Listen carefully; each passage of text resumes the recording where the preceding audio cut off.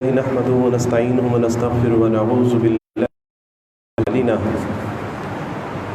من يهده الله فلا مضل له ومن يضلل فلا هادي له ونشهد أن لا إله إلا الله لا شريك له ونشهد أن محمدا عبده ورسوله أما بعد فأعوذ بالله من الشيطان الرجيم بسم الله الرحمن خلقكم من نفس واحدة وخلق منها زوجها وبث منهم رجالا كثيرا ونساء واتقوا الله الذي تساءلون به والأرحام إن الله كان عليكم رقيبا يا أيها الذين آمنوا اتقوا الله وقولوا قولا سديدا يصلح لكم أعمالكم ويغفر لكم ذنوبكم فمن يطع الله ورسوله فقد فاز فوزا عظيما وقال رسول الله صلى الله عليه وسلم من قال لا إله إلا الله دخل الجنة صدق الله العظيم وصدق رسوله النبي الكريم أما بعد رب اشرح لي صدري ويسر لي أمري واحلل عقدة من لساني يفقهوا قولي رب زدني علما آمين يا رب العالمين۔ ہر طرح کی تعریف اللہ رب العزت کے لیے ہے جو رب ہے تمام جہانوں کا، جس کے قبضہ قدرت میں ہم سب کی جان ہے اور بالآخر ہم سب کو اسی کی طرف لوٹ کر جانا ہے۔ کروڑوں درود و سلام نبی کریم صلی اللہ علیہ وسلم کی ذات اقدس پر کہ جنہوں نے بھٹکی ہوئی انسانیت کو ایک ایسا صراط مستقیم عطا کیا کہ جس پر چلنے کا انعام اللہ کے ہاں وسیع جنتیں ہیں۔ معزز حاضرین کرام، کچھ عرصہ قبل عشاء کے وقت یہاں آنے کا موقع ملا اور ساتھیوں کی محبت شفقت کہ انہوں نے دوبارہ یہاں پر مدعو کیا۔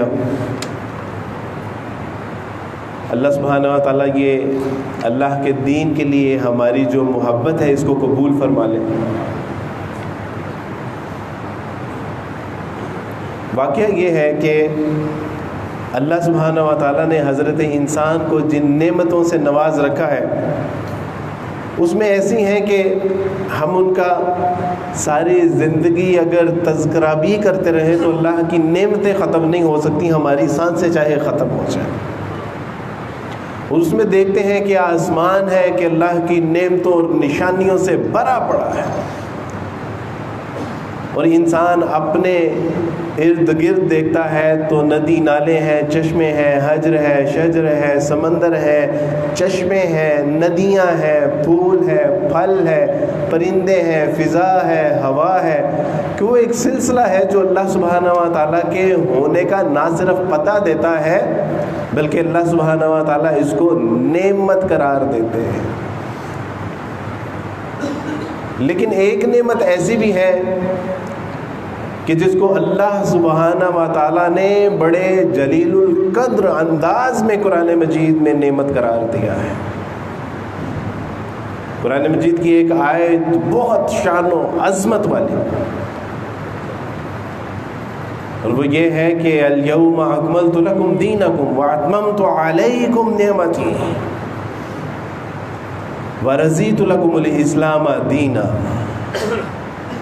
اللہ سبحانہ و تعالیٰ نے قرآن مجید میں ارشاد فرمایا کہ الیوم اکملت لکم دینکم، آج کے دن ہم نے تمہارا دین کامل اکمل مکمل کر دیا۔ اور یہ کون کہہ رہا ہے؟ یہ اللہ سبحانہ و تعالیٰ ارشاد فرما رہے ہیں، اس کے روح الامین رسول اللہ صلی اللہ علیہ وسلم کے قلب اطہر پر یہ وحی نازل فرما رہے ہیں کہ اے نبی کریم صلی اللہ علیہ وسلم، آپ کے اللہ نے، آپ کے رب نے، آپ کے خالق نے، آپ کے مالک نے آپ کو جو دین دے کر بھیجا تھا اس کو کامل اکمل اور مکمل کر دیا ہے۔ اور یہ کامل اکمل مکمل کا اللہ کرے کہ ہم مسلمانوں کو یہ فہم اور ادراک حاصل ہو جائے کہ یہ کامل اکمل اور مکمل ہوتا کیا ہے۔ اس کو رسول اللہ صلی اللہ علیہ وسلم کی ایک حدیث سے سمجھیے کہ رسول اللہ صلی اللہ علیہ وسلم نے فرمایا کہ تمام انبیاء علیہ السلام اللہ نے ایک خوبصورت محل تعمیر کیا اور اس کی جو اینٹیں ہیں وہ انبیاء علیہ الصلوۃ والسلام ہے، اور ایک انبیاء علیہ الصلوۃ والسلام کی اینٹوں سے ایک خوبصورت محل تعمیر ہوا اور اس میں ایک اینٹ کو چھوڑ دیا، اس میں ایک اینٹ کی جگہ کو چھوڑ دیا۔ اور حدیث کا مفہوم یہ ہے کہ وہ اینٹ میں ہوں، اور جب میں اس دنیا میں آیا تو وہ انبیاء علیہ الصلوۃ والسلام کے اینٹوں سے جو ایک محل تعمیر کیا گیا تھا وہ اللہ سبحانہ و تعالیٰ نے میرے ذریعے سے اس کو بھی مکمل کر دیا۔ اب نہ کسی اینٹ کی ضرورت ہے اور نہ کسی کونے کے پتھر کی ضرورت ہے۔ اور یہاں پہ اللہ سبحانہ و تعالیٰ قرآن مجید میں اپنے دین کے حوالے سے بھی وہی ارشاد فرما رہے ہیں، الیوم اکملت لکم دینکم واتممت علیکم نعمتی، کہ مسلمانوں جان لو کہ اللہ سبحانہ و تعالیٰ کو کس طرح ماننا ہے، اس کی ربوبیت کیا ہے، اس کی الوہیت کیا ہے، وہ خالق کیسے ہے، وہ مالک کیسے ہے، نماز کس طرح پڑھنی ہے، معاملات کس طرح ہوں گے، اخلاق کیا ہوں گے، تجارت کیسی ہوگی، معاش کیسی ہوگی، معاشرت کیسی ہوگی۔ اب اللہ سبحانہ و تعالیٰ نے اپنے قرآن اور رسول اللہ صلی اللہ علیہ وسلم کے فرمان کے ذریعے اس کو کامل، اکمل اور مکمل کر دیا ہے۔ اب جو بندہ جانا چاہتا ہے درباروں پہ تو وہ دیکھ لے کہ کون سی ایسی چیز ہے کہ جو میرے اللہ سبحانہ و تعالیٰ کے حضور سے نہیں مانگی جا سکتی، ٹھیک ہے پھر وہ دربار سے جا کے مانگ لے۔ اب جو چاہتا ہے کہ میں غیر اللہ سے اپنی اولاد کا سوال کروں، جو چاہتا ہے کہ میں اپنے رزق کی فراوانی کے لیے کوئی اور منتر اور درو اور میں کوئی اور جو ہے وہ ٹونے اور تعویذ کروں، اگر کوئی شخص چاہتا ہے کہ میرے گھر میں مصائب ہیں میں اللہ کے علاوہ کسی کے حضور جا کے سجدہ ریز ہوں، تو اس کو سمجھ لینا چاہیے کہ اس نے اللہ سبحانہ و تعالیٰ کے اس کامل، اکمل، مکمل دین کی نفی کی ہے، اس نے ناشکری کی ہے۔ عمر فاروق رضی اللہ تعالیٰ عنہ کو جب یہ آیت حجۃ الوداع کے موقع پر جب یہ آیت نازل ہوئی تو عمر فاروق رضی اللہ تعالیٰ عنہ کو ایک یہودی نے کہا کہ عمر کیا مقدر ہے اسلام کے، اگر یہ آیت ہم یہودیوں پہ نازل ہوئی ہوتی، اگر یہ آیت ہم یہودیوں پر نازل ہوئی ہوتی تو اس روز ہم عید مناتے۔ اور عمر فاروق رضی اللہ تعالیٰ عنہ پہ بھی قربان جائیں، انہوں نے کہا کہ تم تو اس دن عید مناتے، ہم اس دن 2 عیدیں منا رہے ہیں، ایک تو حجۃ الوداع کا مقام تھا اور دوسرا وہ جمعے کا دن تھا۔ کہا تم تو مناتے، ہم منا رہے ہیں، الحمدللہ۔ تو فرمایا کہ آج میں نے تمہارا دین تمہارے لیے کامل، اکمل، مکمل کر دیا ہے اور اس نعمت کو تمہارے لیے اللہ نے قبول کر لیا ہے۔ وَأَتْمَمْتُ عَلَيْكُمْ نِعْمَتِي، اس نعمت کو تمہارے اوپر اللہ سبحانہ و تعالیٰ نے جو ہے وہ مکمل، کامل کر لیا ہے۔ اور پھر اللہ سبحانہ و تعالیٰ نے یہی نہیں، پھر اللہ نے فرمایا الْيَوْمَ أَكْمَلْتُ لَكُمْ دِينَكُمْ وَأَتْمَمْتُ عَلَيْكُمْ نِعْمَتِي وَرَضِيتُ لَكُمُ الْإِسْلَامَ دِينًا۔ اور اللہ اس بات سے راضی ہے کہ تمہارا دین کوئی اور نہ ہو مگر دین اسلام۔ تو میرے دوستو، بھائیو، بزرگوں، یہ اتنی بڑی نعمت ہے کہ اگر ہم ساری زندگی بھی سجدے میں پڑھ کے اللہ کا شکر ادا کرتے رہیں کہ اللہ آپ نے ایسا خوبصورت دین عطا فرمایا، ہمیں اس رسول کی امت میں سے پیدا فرمایا کہ جس کے بارے میں انبیاء علیہ الصلوۃ والسلام خواہش کیا کرتے تھے۔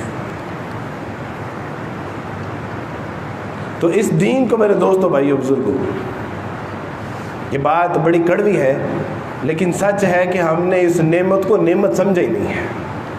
کیوں؟ کیونکہ ہمیں یہ ماں کی کوکھ سے میسر آ گئی، مال مفت دل بے رحم، ایزی کیم ایزی گو، جو چیز آسانی سے میسر آ جاتی ہے اس کی پھر قدر بھی جو ہے وہ نہیں ہوتی، اور چونکہ مل گیا چلے ٹھیک ہے۔ پوچھئے ان سے،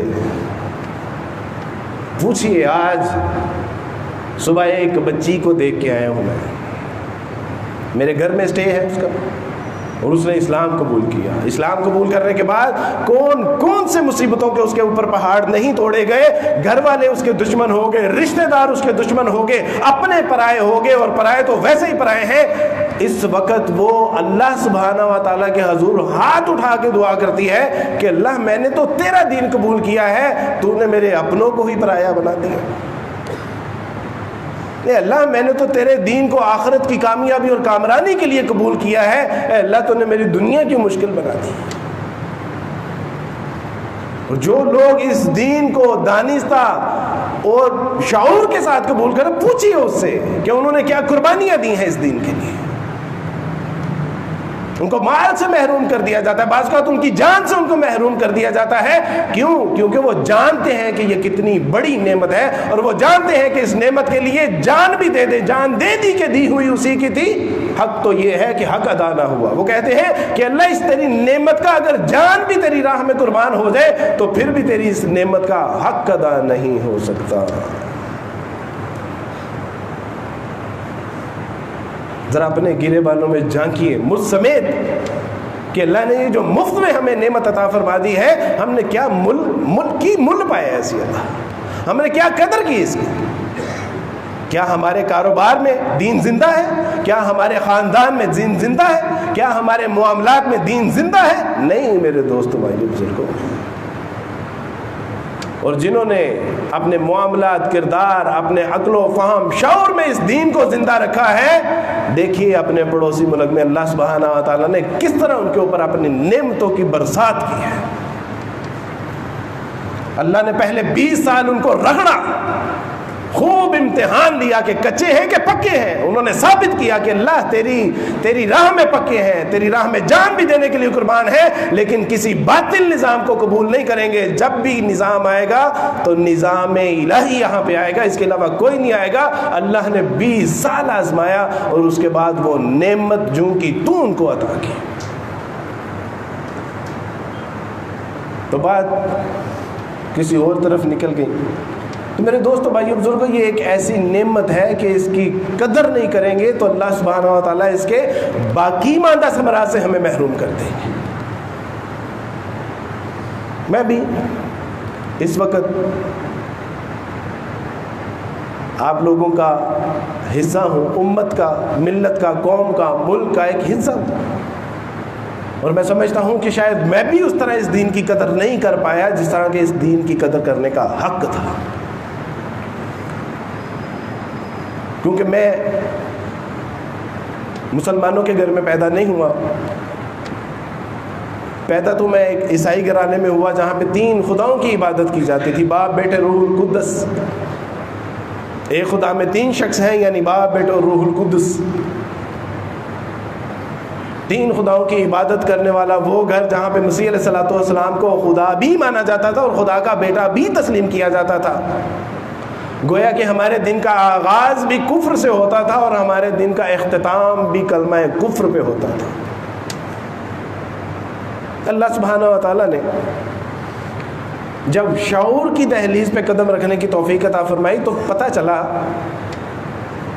کہ میری جو زندگی کا مقصد ہے، کیا وہ کھانا پینا سونا جاگنا ہے یا اس کے سوا ہے؟ کیا میں زندگی میں شادی بیاہ اور دیگر معاملات کے لیے بھیجا گیا ہوں یا میری زندگی کا مقصد اس کے سوا ہے؟ کیا میری زندگی کا مقصد خاندان، کاروبار، دکان، مکان ہے یا اس کے سوا ہے؟ تو پتہ چلا کہ نہیں، یہ تو ثانوی درجے کی چیزیں ہیں، مقصد زندگی کا تو وہ کوئی اور ہے۔ اور یہ آج میں آپ کو گوش گزار کر دوں کہ یہ میرا چیلنج ہے کہ حضرت انسان کا جو واضح ترین مقصد ہے وہ صرف اسلام پیش کرتا ہے، اس کے سوا کسی مذہب کے پاس اس کا کوئی جواب نہیں ہے۔ اسلام کہتا ہے وَمَا خَلَقَتُ الْجِنَّ وَالْإِنسَ إِلَّا لِيَعْبُدُونَ، ہم نے انسان اور جن کو نہیں پیدا کیا مگر اس لیے کہ یہ اپنے خالق کی، مالک کی، رازق کی، اپنے الہ کی، اپنے رب کی عبادت کرے۔ اس کی زندگی کا مقصد تو اس کے سوا کوئی اور ہے ہی نہیں۔ اور ہم بھی ایسے ناخلف واقعہ ہوئے کہ ہم نے بھی اللہ سبحانہ و تعالیٰ کے اس مقصد کو ہی چھوڑ دیا، باقی تمام زندگی کی ریل پیل جوں کی توں چل رہی ہے۔ یہ 5 وقت کی نماز یہ کوئی حق کی عبادت نہیں ہے میرے دوستو بھائیو بزرگوں، یہ تو ارکان اسلام ہے۔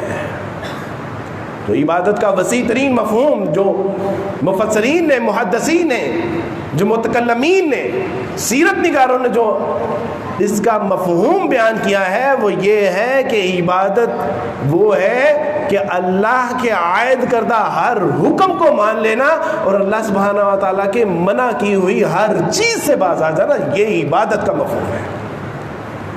اور ذرا صبح اٹھیے، صبح سے لے کے رات تک، اور جنوری سے لے کے دسمبر تک، اور 2021 سے لے کے 2085 تک، دیکھیے کہ آپ کا کون سا زندگی کا ایسا حصہ ہے کہ جو اللہ کی اطاعت، نہی عن المنکر اور امر بالمعروف سے باہر ہے۔ دیکھیے آپ کو ایک لمحہ بھی ایسا نہیں ملے گا کہ جس میں آپ کو یہ خیال نہ ہو کہ یہ اللہ کا حکم ہے اور یہ اللہ سبحانہ و تعالیٰ نے اس چیز سے منع کیا ہے۔ تو پتہ چلا کہ نہیں، زندگی کھانے پینے سونے جاگنے کا کاروبار، دکان، خاندان، مکان کا نام نہیں ہے۔ زندگی کا مقصد تو کوئی اور ہے، اور وہ اتنا عظیم مقصد ہے کہ اگر اس مقصد پہ کامیاب ہو گئے تو ہمیشہ ہمیش کی زندگی ہے، اور اگر اس مقصد میں ناکام ہو گئے تو ہمیشہ ہمیش کی ذلت اور رسوائی ہے۔ اس مقصد کو ہم بھول گئے۔ اپنے مذہبی رہنماؤں سے پوچھا کہ I want to know what is purpose of my life، میری حیاتی دا مقصد کی ہے، منو کیوں پیدا کیتا گیا ہے، میں دنیا دے وچ کی کرنا آیا۔ سر I want to know۔ تو انہوں نے مجھے کہا کہ that's very simple، you should die for Jesus، you should live for Jesus، کہ تمہارے تو زندگی کا مقصد آسان ہے، اور وہ یہ ہے کہ تمہارا جینا بھی مسیح علیہ الصلوۃ والسلام کے لیے ہے اور تمہارا مرنا بھی مسیح علیہ الصلوۃ والسلام کے لیے۔ تو میں نے کہا کہ سر مجھے اس کے لیے کیا کرنا ہوگا؟ تو انہوں نے کہا کہ آپ کو اس کے لیے ایک اچھا سچا پکا مسیحی بننا ہوگا، اور ایک مسیحی بن کے پھر آپ اس مقصد کی تکمیل کو پہنچ سکتے ہیں۔ تو میں نے کہا سر اس اچھا سچا پکم ایک مسیحی کس طرح بنا جا سکتا ہے؟ تو انہوں نے کہا کہ اچھا سچا پکا مسیحی بننے کے لیے مسیح علیہ الصلوۃ والسلام کی تعلیمات کو اپنے اندر اور اپنے اوپر گویا کہ اپنے جدر لگا دیا، بس لگ گئے، نہ پتا کہ کلمے کا کیا معنی اور مفہوم ہے، نہ نبی کریم صلی اللہ علیہ وسلم کی سیرت سے کوئی شغف ہے، نہ کوئی قرآن و حدیث سے کوئی جو ہے وہ شغف ہے، تو بس جدر لگے ہوئے ہیں، بس مسلمان ہیں۔ پچھلے دنوں ایک دوست نے بتایا کہ اس نے اپنے 17 سالہ جو اسٹوڈنٹ ہے، 17 سالہ بھائی سے پوچھا کہ یہ عمر فاروق رضی اللہ تعالیٰ عنہ کس کا نام ہے؟ تو انہوں نے کہا شاید نبی علیہ الصلوۃ والسلام کو کہتے ہیں۔ یہ حال ہے ہمارے بچوں کا، کیوں کہ ہمارے بڑوں کا یہ حال ہے۔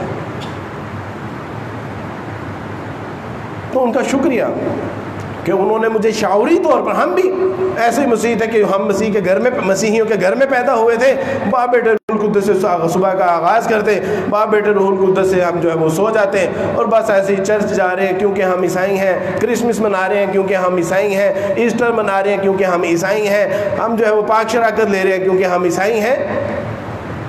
کیوں لے رہے ہیں اس کا کوئی